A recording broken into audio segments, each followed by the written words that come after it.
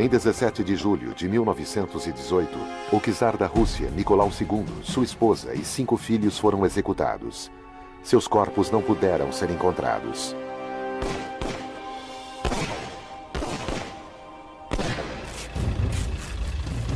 Mas em 1991, uma sepultura é descoberta. Faltam 2 crianças. Sempre houve a confusão, o mito e a possibilidade de algum ou alguns deles terem sobrevivido. Em 2007, uma segunda sepultura é descoberta. Mas será que o seu conteúdo finalmente revelará a verdadeira história sobre o que aconteceu com as crianças desaparecidas? Investigando registros não publicados de tentativas de resgate da família do czar e entrando em contato com cientistas forenses, juntando esforços para extrair provas de ossos extremamente deteriorados, nós abrimos os arquivos confidenciais sobre os Romanovs.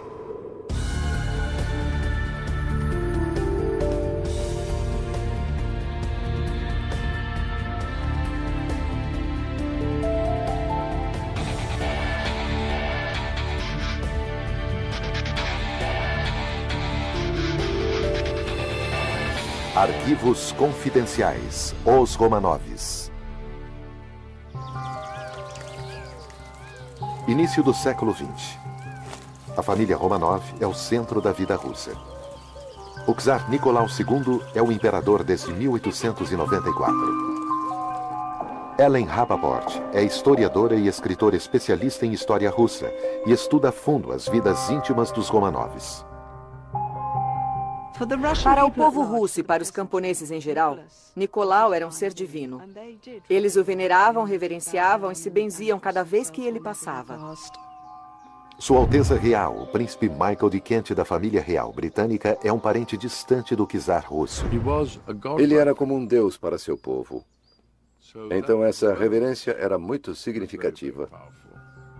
Com sua esposa de origem alemã, a czarina Alexandra, eles formam o perfeito casal real. O que mantinha a popularidade da família Romanov era, sem dúvida, aquelas crianças de beleza extraordinária. Olga, Tatiana, Maria e Anastácia são as 4 adoradas filhas. O filho mais jovem e herdeiro do trono é Alexei.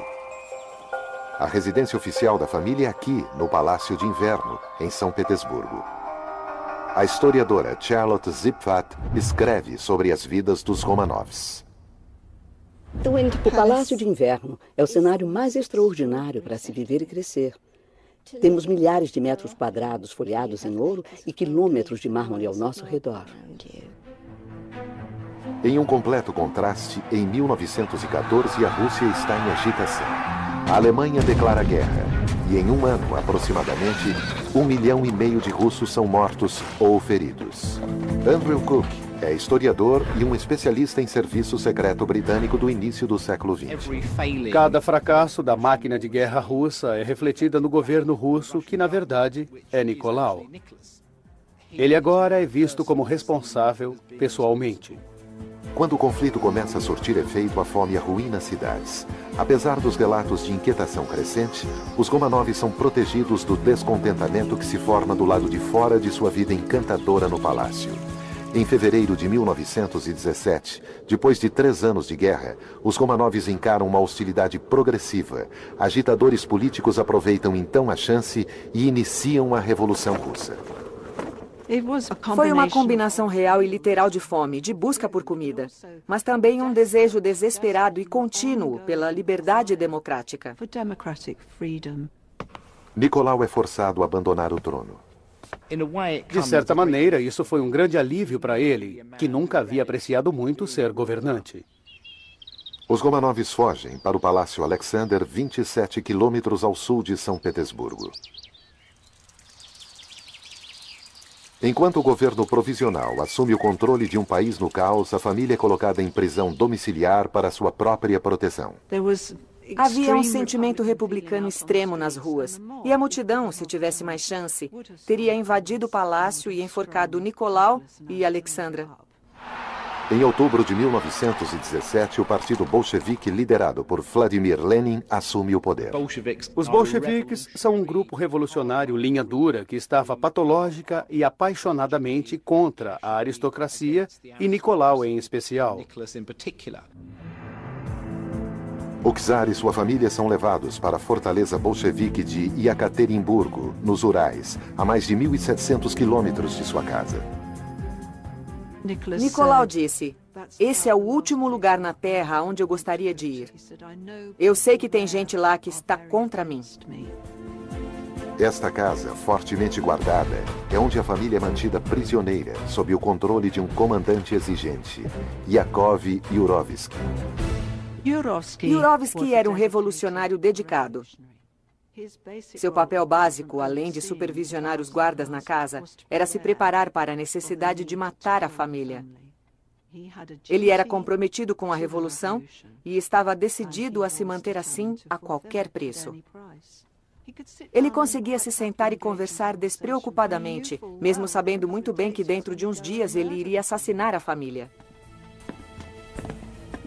Em um depoimento dado por Yurovsky depois da Revolução, ele declara que por volta das 2 horas da manhã de 17 de julho de 1918, os guardas informam os Romanovs que eles seriam levados para o porão. Os homens de Yurovsky estavam reunidos em uma sala ao lado, preparando e checando suas armas. Yurovsky ordena que a família se junte para tirar uma foto em grupo, como eles tinham feito inúmeras vezes antes. As meninas se acotovelam ao lado da mãe. O czar fica em pé ao lado do filho.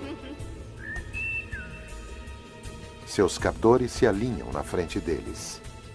Yurovsky fez a leitura de uma declaração resumida, dizendo que haviam decidido que Nicolau precisava ser executado.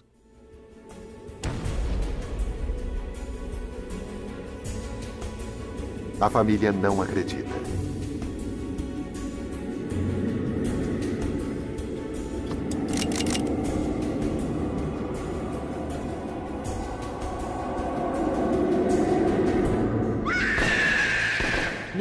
Nicolau foi quem teve mais sorte. Ele morreu instantaneamente, mas a maioria dos outros não. Eles sofreram terrivelmente. Havia gritos e fumaça e ninguém conseguia ver o que os executores estavam fazendo. Uma a uma, cada criança foi assassinada a tiros a queima-roupa. No total, 103 tiros são disparados. Esta foto da cena do crime no porão é tirada.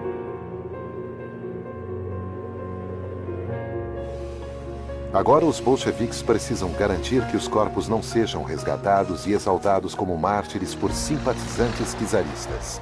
Os relatos escritos por Yurovsky descrevem os eventos terríveis que se seguem. Para se desfazer dos restos mortais sem deixar rastro, os cadáveres são levados para um bosque distante.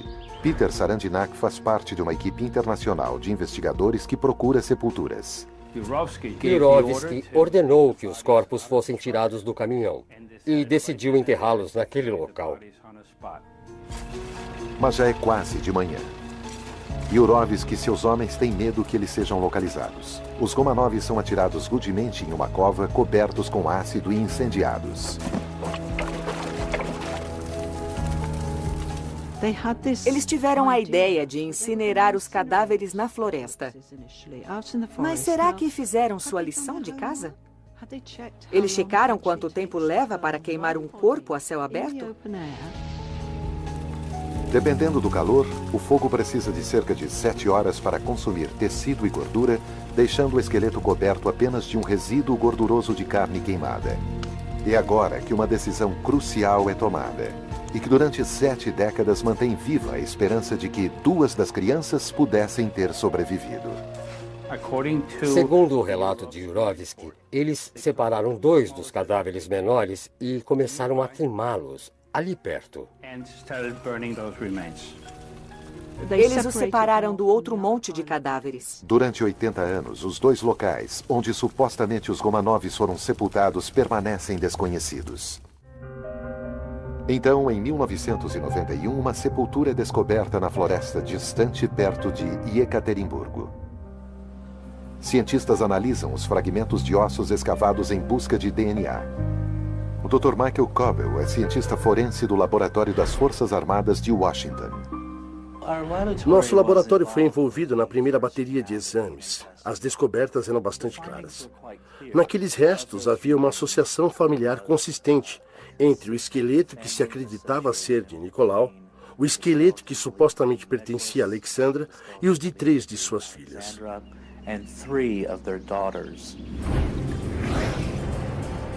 Esta é a fortaleza de Pedro e Paulo, em São Petersburgo. Em 1998, 7 anos depois de seus ossos serem exumados, o czar Nicolau II e 4 membros de sua família são enterrados aqui. Os Romanov são canonizados santos. O príncipe Michael de Kent esteve na cerimônia. Foi um momento muito comovente. Ali, os czares sempre eram enterrados desde que Pedro o Grande criou a cidade. Um par de túmulos permanece desocupado, um para Alexei, o jovem príncipe herdeiro do trono, e outro para uma das filhas, Maria ou Anastácia. O grande mistério era o que teria acontecido às crianças desaparecidas. Era uma história fechada, mas não havia dúvida que um dia seriam encontrados. Decidido a descobrir a verdade, ano após ano, Peter Sarandinak e sua equipe sistematicamente vasculham a área ao redor do túmulo do czar à procura de uma segunda sepultura. É um prado relvoso, de 500 metros quadrados, cercado por uma floresta em 3 lados, e no lado oriental há um pântano. Nós raspamos grosseiramente os 10 centímetros de terra que cobrem a superfície, tentando nivelar o terreno para que o radar que penetra o solo pudesse ser capaz de achar anomalias, mas não encontramos nada. Sem sinal dos 2 corpos enterrados, surgem boatos de que o relato de Yurovsky sobre os assassinatos pode ter sido exagerado e que talvez as crianças desaparecidas tenham escapado ou sido resgatadas. Um plano toma forma na primavera de 1917, um ano antes de eles serem mortos, enquanto a família está sendo mantida no Palácio Alexander. Existem enormes incertezas sobre o que vai acontecer e para onde eles vão.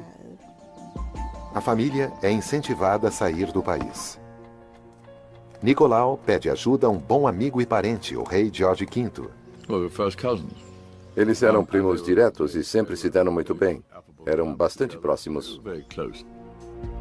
As pessoas sempre mencionavam a semelhança incrível entre eles.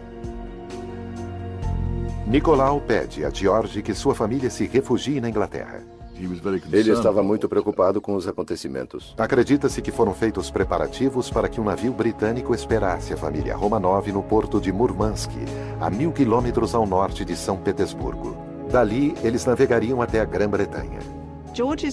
O instinto inicial de George, assim como de todos, foi oferecer refúgio a seu primo. Mas havia um problema, e o problema era que Alexandra era alemã. E havia um forte sentimento anti-alemão na Grã-Bretanha naquela época. Diante da perspectiva de agitação política em casa no Reino Unido, o rei George não tem outra opção e é pressionado a retirar o convite. É inegável o fato de que ele suspendeu a ponte levadiça, deixando Nicolau e sua família sem saída, em um ambiente muito hostil. As propostas de exílio da família real no Reino Unido são oficialmente arquivadas. Quando a Guerra Civil começa, a família é forçada a deixar São Petersburgo e são levados para Yekaterinburgo, e parece que seu destino está selado. A mansão onde a família é mantida é ameaçadoramente rebatizada pelo novo governo de a Casa da Finalidade Especial. Fortemente guardada, torna-se uma prisão. Nicolau escreve em seu diário: Não temos notícia alguma do lado de fora. E acho que foi um momento muito triste quando a gente percebe que ele finalmente perdeu todas as esperanças de serem resgatados. Mas sem que o czar soubesse, apesar da recusa oficial do rei George em dar asilo aos Romanovs, o resgate deles ainda era cogitado em Londres. A portas fechadas, os britânicos ainda traçam um plano secreto para libertar a família da prisão. Documentos 90 anos escondidos são agora revelados sobre como o reconhecimento é designado a um dos espiões britânicos mais experientes. Stephen Alley é um especialista. Ele nasceu na Rússia, falava russo fluentemente e conseguia desaparecer facilmente na vida cotidiana russa. Este é o caderno de anotações de Alley guardado por sua família durante gerações e nele estão registros completos sobre sua viagem a Yekaterinburgo. Sua coleção única de documentos esclarece completamente o que ele estava fazendo naquela época.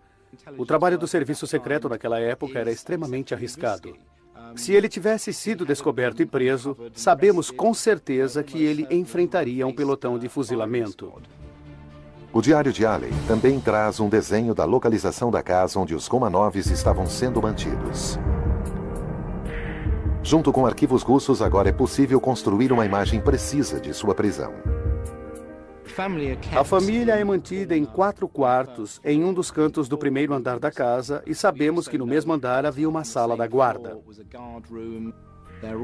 Também havia guardas no topo das escadarias, nos degraus, e os aposentos da família eram cercados pelos guardas. Hoje vemos listas com nomes dos funcionários e indivíduos que estavam lá. Podemos ver os turnos e quantas pessoas trabalhavam lá. Havia metralhadoras miradas contra a casa a partir da torre do sino da igreja do outro lado da rua. Havia metralhadoras colocadas no jardim e no porão. Não havia jeito de a família sair de lá sem um derramamento de sangue. Alley deve ter notificado que aquela era uma missão suicida e que não era uma situação onde ele conseguiria imaginar uma possibilidade realística de sucesso. O plano de Alley para resgatar os Romanovs nunca é tentado, mas quando os 5 corpos são identificados em 1991, 2 das crianças não são encontradas. Persiste a especulação de que, de alguma forma, eles conseguiram escapar.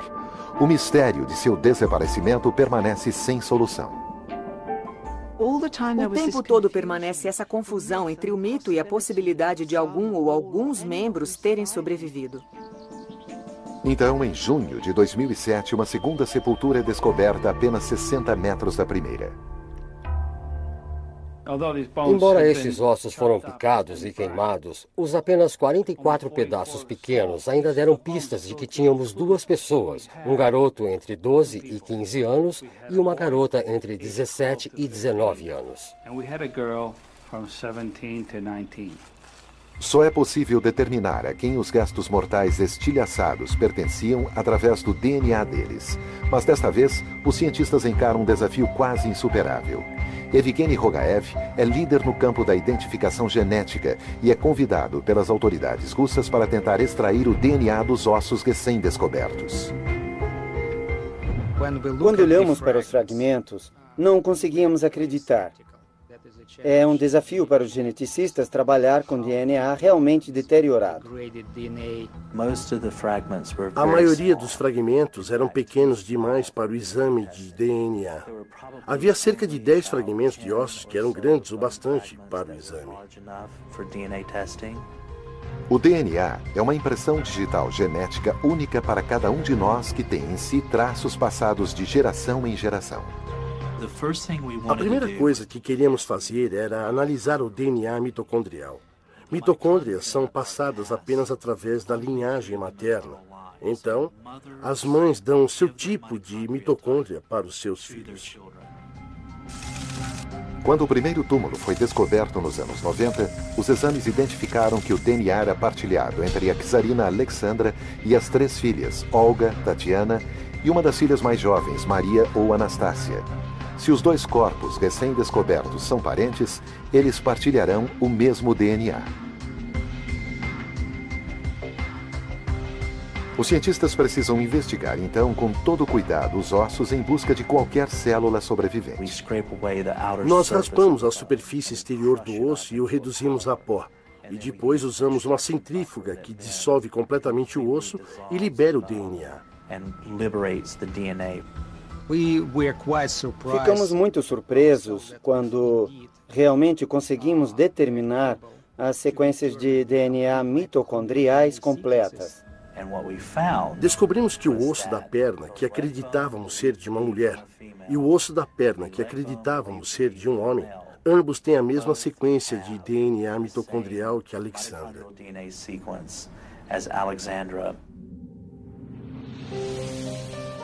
Mas o trabalho ainda está longe de terminar.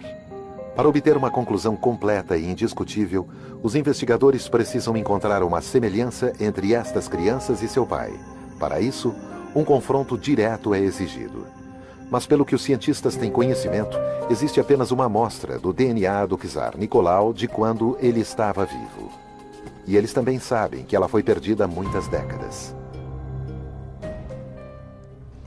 Em 1891, durante uma viagem a Osaka, no Japão, Nicolau Romanov, na época herdeiro do trono, foi atacado. A camisa de Nicolau ficou coberta de sangue. Ele ficou segurando a lateral de sua cabeça para estancar o sangramento. A camisa de Nicolau II, com traços de sangue, ficou guardada no Museu Hermitage, em São Petersburgo.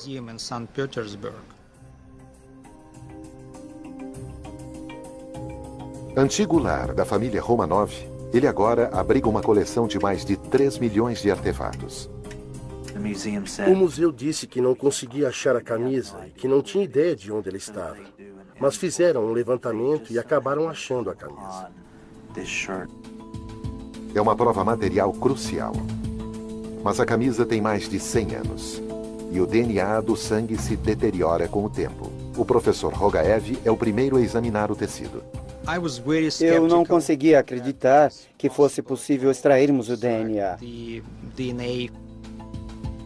Ele temia que a preservação química, o calor ou a umidade pudessem ter destruído o DNA. Nós ficamos muito surpresos quando extraímos DNA de excelente qualidade. Guardada em uma gaveta, envolta em papel, a impressão genética de Nicolau sobreviveu para contar sua história. Quando comparamos estes perfis genéticos das manchas de sangue e das amostras de osso, descobrimos uma combinação perfeita. É 4 trilhões de vezes mais provável que estas duas crianças sejam filhas de Nicolau e Alexandra do que se eles eram apenas duas pessoas pegas aleatoriamente na população. Todos na sala começaram a chorar. Foi um momento de muita emoção porque tínhamos a prova definitiva de que estas eram as crianças desaparecidas e que o mistério de quase 90 anos está agora solucionado. Ninguém, seja alguém de nós, da família Romanov ou qualquer outra pessoa, acho que ninguém mais tem dúvida porque os exames de DNA são definitivos. Em fevereiro de 2009, depois de 2 anos de investigações forenses, os cientistas confirmam que os restos mortais das crianças Romanov desaparecidas tinham sido identificados. A prova de sua execução acaba com a última esperança de que algum deles pudesse ter sobrevivido. Apenas agora, a realidade de seu fim cruel pode ser totalmente entendida. Acho que foi uma das coisas mais chocantes que aconteceu nos últimos 100 anos. Para eles foi uma coisa política, para nós não. Foi apenas um assassinato brutal e sangrento. Os destinos conspiraram contra os Romanovs. Agora, um século mais tarde, os últimos membros da dinastia dominante da Rússia podem finalmente descansar em paz. Versão Marshmallow São Paulo.